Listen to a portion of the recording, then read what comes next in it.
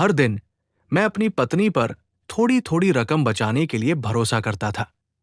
3 साल बाद जब मैंने तिजोरी खोली तो जो सच सामने आया उसने मुझे बस स्तब्ध कर दिया। मेरा नाम राकेश है और मैं लखनऊ में रहता हूं।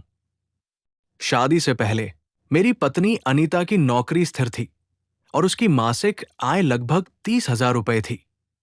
मैंने हमारे खर्चों का ध्यानपूर्वक हिसाब लगाया था। उसकी आय घर और बच्चे के खर्चों के लिए पर्याप्त होगी और मेरी सैलरी 60,000 रुपए पूरी तरह बचत, घर और सोना चांदी खरीदने में जाएगी।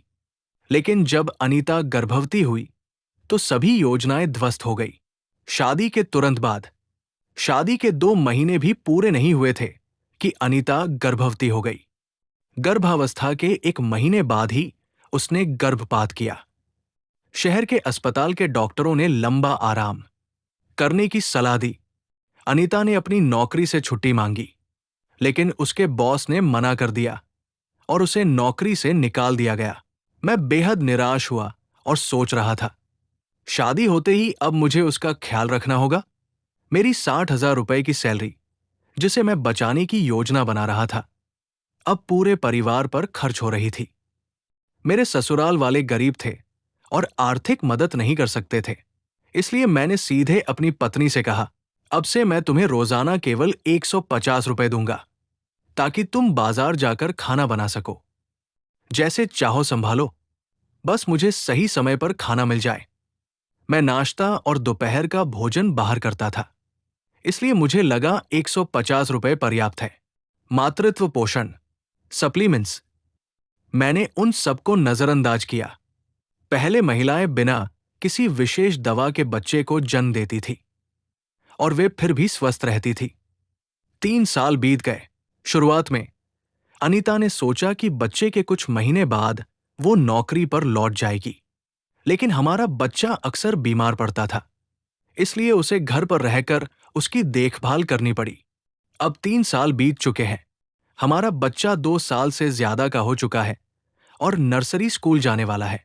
पिछले 3 सालों से मैं अपनी पत्नी को रोजाना ठीक 150 रुपए देता रहा। पीछे मुड़कर देखूं तो मुझे लगा कि मैं स्मार्ट था। मेरी पत्नी बहुत ही बजट में रही और कभी शिकायत नहीं की।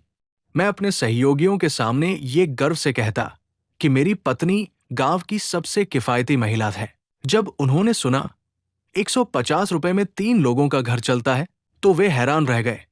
मैं बस मुस्कुराया, अपनी पत्नी की समझदारी पर गर्व महसूस करते हुए। मेरी सभी बचत मैंने सोने में लगाई थी, जिसे मैंने तिजोरी में रखा।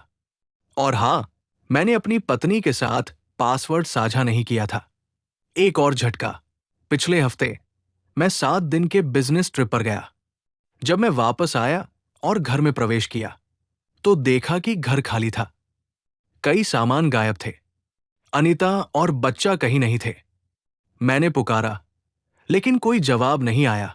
जरूरी कामों को संभालने के लिए मैंने जल्दी से तिजोरी खोली और मैं स्तब्ध रह गया। वर्षों में जमा किया गया सारा सोना गायब था।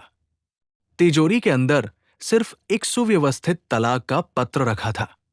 अनीता की लेखनी कमजोर थी, लेकिन ठोस और निर्णायक।